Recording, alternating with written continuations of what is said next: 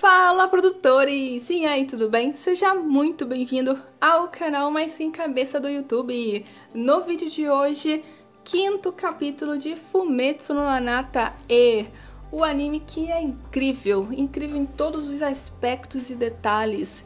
Esse capítulo foi de muita emoção mesmo. Caso você não esteja na plataforma do YouTube, o link está na bio. Vem rever comigo esse review de forma completa, beleza? Agora, se você já está na plataforma do YouTube, gente, se inscreva no canal, fica aqui meu pedido. Deixa seu like, comenta aqui embaixo o que você achou desse capítulo, que foi um misto de emoções. Teve alegria, entusiasmo, raiva, tristeza, muitas emoções, assim, indescritíveis. Foi um caldeirão, assim, maravilhoso e triste ao mesmo tempo. Mas, enfim, vamos começar esse review de Fumetsu no Hanata E, quinto capítulo, beleza? Bora lá! O anime começa, como sempre, com um breve, vamos dizer assim, que um resumão do que aconteceu no último capítulo, né? Lá com a voz, né? Interessante isso. E aí, de fato, o anime começa com a saída da Parona e da Mate e da velhinha da cadeia, no caso, da prisão ali, né? E aí, a Mate decide também levar aquela velhinha lá, aquilo atrás na carroça, né? Meio que dedurou, né? O que o povo Yanome fazia ali, qual era a verdadeira razão dos sacrifícios, né? Lembra, né?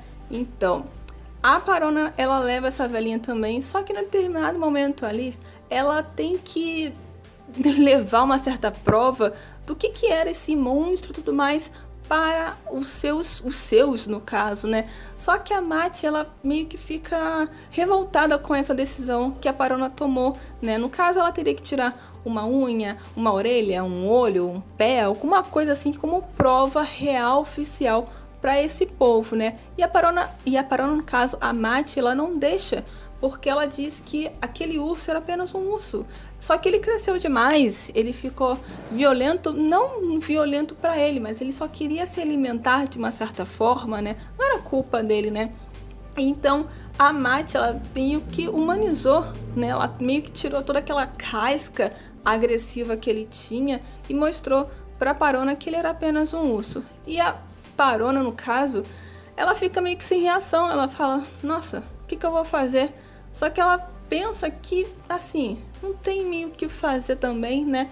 No que adianta? Ela pensou que teria que ter um outro plano, uma outra forma para poder convencer o seu povo de que, na real, oficial, aquele urso não existia, enfim, né? E elas acabam saindo dali dessa prisão em uma carroça. Só que elas entram nessa carroça, lembrando que dentro dessa carroça estão apenas a Mate, a Pierone, no caso a velhinha, a Parona e o Fuji. Só eles. Elas entram nessa carroça e até um determinado momento eu achei que estava muito fácil essa fuga.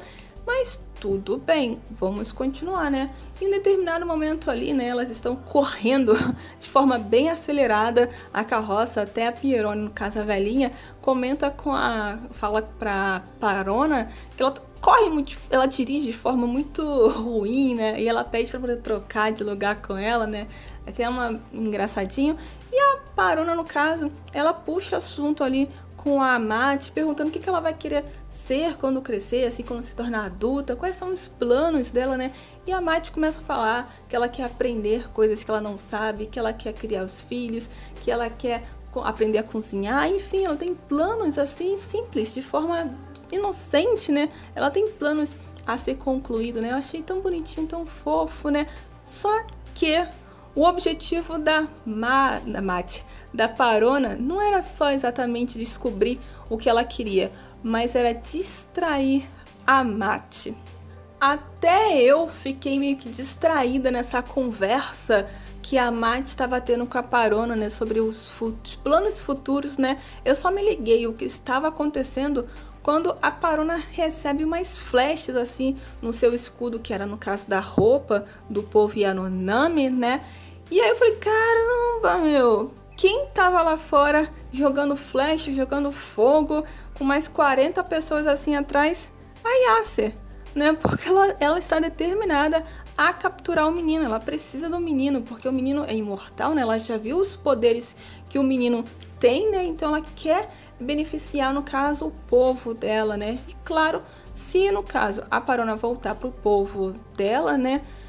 Eles vão ficar sabendo que esse ritual é frajudo, né? Uma mentira. Então já viu, né? Pois bem, gente, ali começa o ápice do anime. Pois bem, vem um monte de flecha, vem fogo. E nesse momento, a pequena Mate, ela quer ajudar de uma certa forma, porque ela vê a velhinha ali dirigindo, ela vê a Parona ali lutando fora, lutando dentro, jogando flecha e batendo e chutando. Ela quer ajudar de uma certa forma, né? E mesmo com aquela situação toda ali, né? A Parona, no caso, a Ayase, ela em determinado momento ela joga uma flecha que era para acertar a Parona, só que o que acontece? A Mate, como eu já disse, ela quis ajudar. Ela quis ajudar da forma que ela podia ali, né, de forma bem inocente. Ela se joga na frente da Parona e acaba recebendo em cheio a flechada da Yasser. E é um momento chocante, tão chocante que nesse momento o que acontece com o menino, que no caso é um lobo, ele acaba se transformando naquele urso gigante imenso lá de trás, gente. E ele sai da carroça ali em forma de lobo. E aí a Yasser, ela fica super feliz que ela, yes, achei o urso no caso. Vou lhe dar uma flechada, ele vai morrer, vou levar pra casa e acabou, fim de papo. Não acontece isso. O lobo, no caso, se transforma no urso e sai limpando tudo mesmo. E é nesse momento que aparece para poder... o momento já está em um ápice assim que, meu Deus, entra um flashback, né? E a gente sabe que quando tem flashback no anime não é coisa boa, né? Qualquer anime shonen, né? Não importa qual seja a categoria, tem flashback, não é legal. E aí mostra o flashback da Parona conhecendo a Mate, né? Lembrando que a Parona, a irmã dela, no caso, tomou o lugar dela no sacrifício. Então ela meio que ficou mal vista, no caso, pelos seus, e meio que foi ignorada pelo resto da sociedade ali, da cultura deles ali, né? Ficou ruim pra ela, vamos dizer assim. Olha só que horrível, né? E aí ela viu a Mate ali brincando sozinha também, né? E ela decidiu fazer uns bonequinhos pra ela de forma bem inocente também. A Mate acabou criando um vínculo ali com a Mate, com a Parona. Houve um ciclo que, no caso, as duas estavam querendo, era isso. Elas queriam carinho, elas queriam um elo que envolvesse, elas queriam um afeto. Era só isso que elas queriam. Uma família, vamos dizer assim.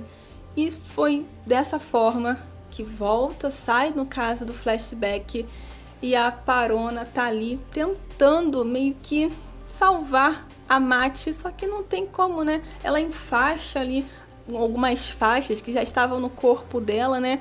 E de forma bem simples, vamos dizer assim, inocente, ela diz que já está bem, que ela só... Pra ficar melhor assim, ela só tem que chegar na aldeia que ela vai ficar boa. Só que não tem como. Tá saindo muito sangue, não tem volta, não tem escapatória pra Mate, infelizmente. Ela chega a pedir, no caso, a Mate, para que a Parona realize os sonhos dela de se tornar mãe, de constituir uma família, de cozinhar e tudo mais. E a Parona fala que não, que ela vai realizar todos esses sonhos e tudo mais. E aí, para finalizar esse ciclo da Mate, né, ela pergunta pelo cachorro, no caso, Fuji, e ela diz que ela tá ali, e ela parte. Ela vai com um sorrisinho no rosto, né? E aí, no momento bem comovente, eu acho assim, que eu fiquei com o coração na mão, né? Saíram, assim, lágrimas dos meus olhos, né? A Parona ali enfaixa ela de forma bem delicada e pula da carroça. A carroça, ela deu uma parada e logo em seguida ela começa a andar, mas a Parona salta no caso, né, de saltar, de pular da carroça em movimento e chega na cidade na qual o urso está limpando, estilo Attack on Titan Titãs, sabe? Fica aqui a minha recomendação também, a cidade. E ela grita não, ela chama o urso e diz para ele parar, porque ele tá fazendo aquilo tudo ali por conta dela, mas não precisa mais porque ela tá bem. o menino volta ao estado normal, que ele estava em forma de urso, né? E, gente, nesse momento a Parona encontra a Yassi ali caída, toda ensanguentada, né? E nesse momento eu fiquei assim, meu Deus, o que essa menina vai fazer? Porque o meu estado psicológico nesse exato momento era de choro, só isso. Nada mais me define, era de choro, era de forma chocante. E aí, qual era a decisão que a Parona ia tomar? Ela ver ali uma faca, uma arma quebrada ali, né? E eu pensei que ela fosse atacar a Yassi, só que não. Essa não era a decisão dela. A decisão dela era ir contra ela mesma. Sim, é isso mesmo. Só não vou falar o nome aqui pra não tomar um... Enfim, né? É exatamente isso que ela decidiu fazer. Porque ela já não vê meio que escapatória para aquilo. Porque o objetivo dela era defender a Mati. Ela só foi a trilhar essa aventura enorme, imensa, né? Por conta para salvar a Mati. Esse era o objetivo. Assim como a irmã dela salvou ela lá atrás, ela queria salvar a Mati. E a Mati, infelizmente, partiu. Então ela não vê mais sentido para ficar ali naquela realidade, né? E é nesse exato momento que acontece algo sobrenatural. A gente vê a Mati se vendo no futuro, se vendo encontrando seus familiares, se tornando adulta com seus filhinhos de bonequinhos, né? É muito fofo, é muito bonito. Só que ela meio que num gatilho assim, ela lembra que tinha mais gente com ela. Que era o Fuji. Ela se pergunta onde se encontra o Fuji e ela começa a se lembrar o que de fato aconteceu com ela. E aí ela meio que há uma transição ali entre o mundo espiritual e o mundo real, na qual o urso também aparece. Ela abraça o urso e vê ali a Parona segurando ela e no caso o menino ali atrás dela. E a Yassi é caída no chão.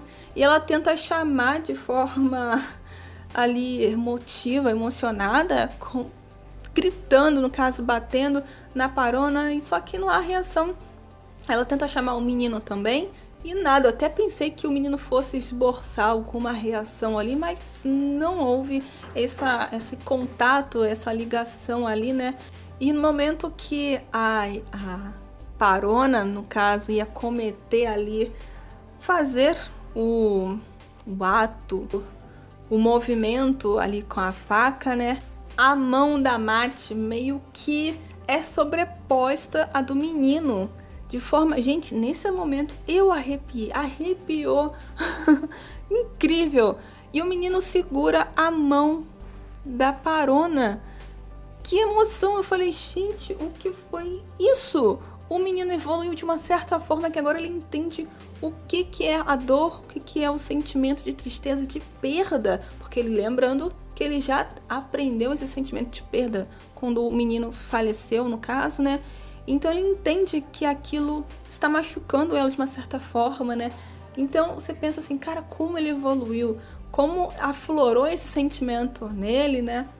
Foi uma cena linda, assim, de pura emoção, assim, de como que ele conseguiu demonstrar essa questão da empatia. Foi incrível, né? Isso aqui, nesse exato momento, corta a emoção, corta tudo, porque vem flecha de tudo quanto é lado. Lembrando que o povo ali está atrás do menino, né? Então não tem tempo para se que houvesse uma contemplação desse momento, né? O menino prontamente agarra a mão da Parona, no caso, joga lá nas costas, se transforma no urso e mete peito, rala peito. E aí ela volta, no caso, pra cidade dela, né? Só que nesse momento eu não entendi uma coisa. Ela estava segurando a Mati, o corpinho da Mati, só que ela chega só com a roupinha dela. Será que no caso ela enterrou a Mati em algum lugar? Eu fiquei meio que... não entendi. Se você entendeu, comenta aqui nos comentários se você entendeu essa parte, porque sinceramente eu não entendi. Mas enfim, os pais ficam sabendo, no caso, que a Mati veio a falecer e tudo mais, né? Há aquela comoção toda, mas eles ficam meio que agradecidos por pelo menos ela a Mati, no caso, ter tido esse cuidado no final com ela, né? Então meio que confortou de uma certa forma. Só que, como sempre, não há tempo para alegrias, tristezas. O menino, um pouquinho antes, ele coloca a mão no ombro da Parona, né? E, como disse novamente, né? O nível de empatia, o comportamento dele, no caso, mudou muito, né? Ele evoluiu muito. Ele consegue entender o sentimento de perda dela, que está fazendo mal a ela, né? Então é muito interessante esse sentimento que, no caso, ele está conseguindo entender de uma certa forma, né? Só que logo é interrompido por um dos meninos lá gritando que o povo Yanomami está chegando ali novamente para atrás do menino, né? E a Parona, ela pede pro lobo, no caso o menino, partir, porque eles estão atrás dele, né? E fala pra ele seguir a vida dele, ir em busca da vida dele. E ele fica com a carinha assim, toda tipo, mas decide ir, né? Mais momento de emoção, o cachorro entra pela mata, some. E aí, nesse momento, a Parona, em um momento de raiva ali, é claro, ódio, né? Ela tenta meio que atrasar ali a Yasia e ela mira ali literalmente na cabeça dela, só que em um ato, eu não sei, talvez pela força da gravidade, o vento, né? A flecha é desviada para a mão dela e ela se sente muito culpada. O pessoal meio que agradece ela, tipo, você acertou, só que não. Ela tem a noção de que ela errou, né?